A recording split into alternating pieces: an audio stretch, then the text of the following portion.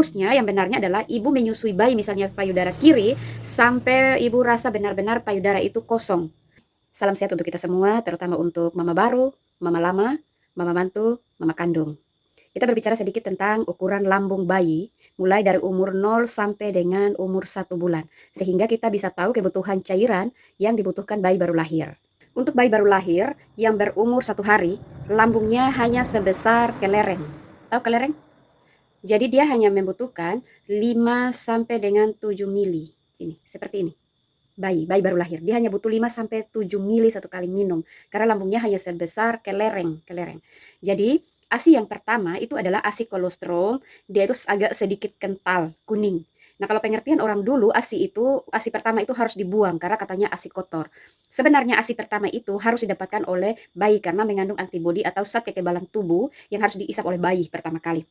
Dan untuk ibu yang baru lahir, biasanya awal-awal di puskesmas itu kelihatan tidak ada ASI, tetapi pada saat bayi menyusui ada ASI-nya. Jadi biasanya orang tua yang mendampingi persalinan, terutama mama-mama atau ibu-ibu, mereka sering mengatakan bahwa harus pulang, harus panggang, harus mandi air panas untuk tatobi kalau orang sini bilang supaya air susunya keluar banyak. Padahal ASI kolostrum itu sebenarnya dia kental. Dia biasanya ada di hari pertama, kedua, dan ketiga. Ibu-ibu yang baru melahirkan biasanya kurang paham dengan mungkin baru setelah melahirkan jadi ada rasa sakit, akhirnya dia ikut-ikut saja apa yang dikatakan. Tetapi untuk supaya ibu-ibu tahu, ibu-ibu yang baru mau melahirkan tahu sementara hamil atau calon ibu-ibu bahwa kebutuhan bayi baru lahir umur 1 hari itu kebutuhannya sangat sedikit sekali. Dan saya rasa kalau misalnya bayi menyusui, dia hanya butuhnya sedikit saja. Nah, kadang-kadang orang tua kita atau keluarga kita yang mendampingi, mereka kadang memberikan tambahan lagi susu formula karena katanya air susunya sedikit dan juga tidak cukup. Bahkan memberikan tambahan obat-obatan pelancar ASI di hari pertama kepada ibu yang baru selesai melahirkan karena katanya air susunya sedikit. Padahal walaupun ASINya sedikit di hari pertama sampai hari ketiga, tapi itu sangat cukup untuk memenuhi kebutuhan bayi itu. Asal bayi itu harus menyusui terus. Setelah bayi berumur 3 hari, bayi akan membutuhkan sedikit lebih banyak kebutuhan cairannya yaitu 22 sampai dengan 30 ml. Nah, 22 berarti ini kan dispo 10 cc.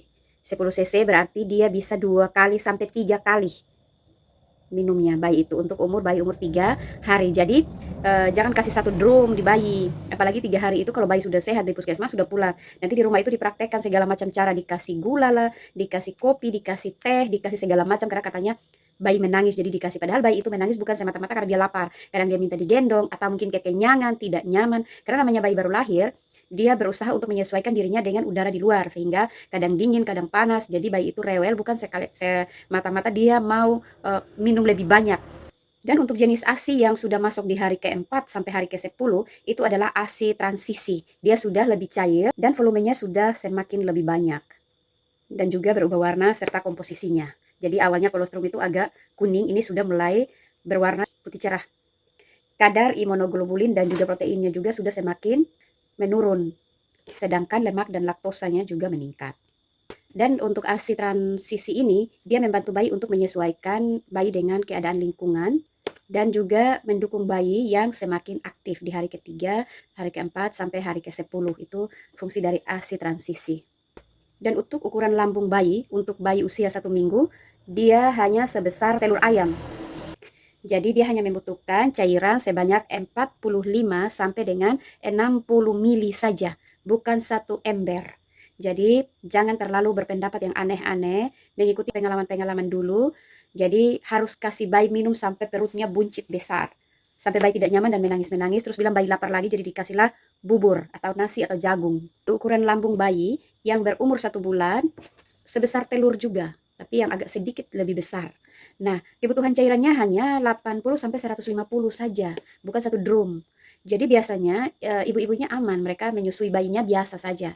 Tetapi yang suka gundah gulana gelisah galau itu biasanya keluarga yang suka memberikan aneh-aneh atau memberikan ibu pemahaman bahwa dulu bapak dari bayi ini atau ibu dari bayi ini dulu masih 40 hari sudah dikasih makan.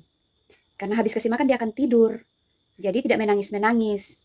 Itu adalah praktek atau pengalaman-pengalaman yang dulu mama-mama kami buat. Sehingga daya ingat kami kurang bagus. Dan juga kadang-kadang kami lihat Nyong seharusnya tidak ganteng, tapi kami pikir ganteng. Untuk ASI di hari ke-10 dan seterusnya, itu disebut dengan ASI matur. ASI itu sudah berwarna putih. Kandungannya relatif konstan. Dan juga tidak menggumpal apabila dipanaskan. Jadi Biasanya ASI yang diterah itu biasanya di hari-hari ke-10. Jadi gampang keluarnya, terus pada saat ditaruh di freezer dan juga pada saat mau dikasih bayi dan dikasih panas pun dia tidak menggumpal. Untuk ASI matur di hari ke-10 dan seterusnya dibagi menjadi 2. Yang pertama, ASI foreign milk atau air susu yang awal keluar itu pada saat menyusui. Teksturnya juga lebih encer dan dia banyak mengandung air, vitamin dan juga protein. Lemaknya rendah. ASI yang kedua dari ASI matur ini dinamakan hin milk atau susu akhir. Teksturnya dia lebih kental dan juga kaya akan lemak dan kalori. Sehingga bayi-bayi menjadi lebih kenyang. Kebiasaan ibu-ibu adalah menyusui bayi sedikit di sini, setelah itu pindah ke sini. Setelah itu pindah lagi ke sini dan pindah pergi pindah pulang. Akhirnya bayinya hanya menyusui foreign milk, air susu yang pertama. Jadi bayi tidak kenyang karena itu hanya encer-encer. Sehingga mama baru, mama lama, mama mantu, mama kandung memberikan lagi tambahan minuman, makanan, segala macam. Padahal proses menyusui dan pengosongan payudaranya yang salah. Harusnya yang benarnya adalah ibu menyusui bayi misalnya payudara kiri sampai ibu rasa benar-benar payudara itu kosong. Setelah itu baru pindahlah ke payudara yang sebelahnya lagi. Jadi bayi mendapatkan foreign milk dan juga hin milk. Setelah itu bayi kekenyangan dan tidur. Itu cara menyusui yang benar. Manfaat ASI matur yang ada 2 itu yaitu foreign milk dan hin milk itu dia mendukung proses pertumbuhan bayi dan juga memenuhi kebutuhan nutrisi yang dibutuhkan oleh bayi yang sudah semakin hari semakin bertumbuh. Jadi itu adalah sedikit gambaran untuk peningkatan pengetahuan ibu-ibu tentang ukuran lambung bayi dan juga ASI yang harus bayi dapat. Nanti berikut lagi kita akan bahas tentang proses atau cara menyusui yang benar. Sehingga ibu-ibu lebih nyaman dan tidak ada lecet sana sini, tidak ada pengeluhan sana sini.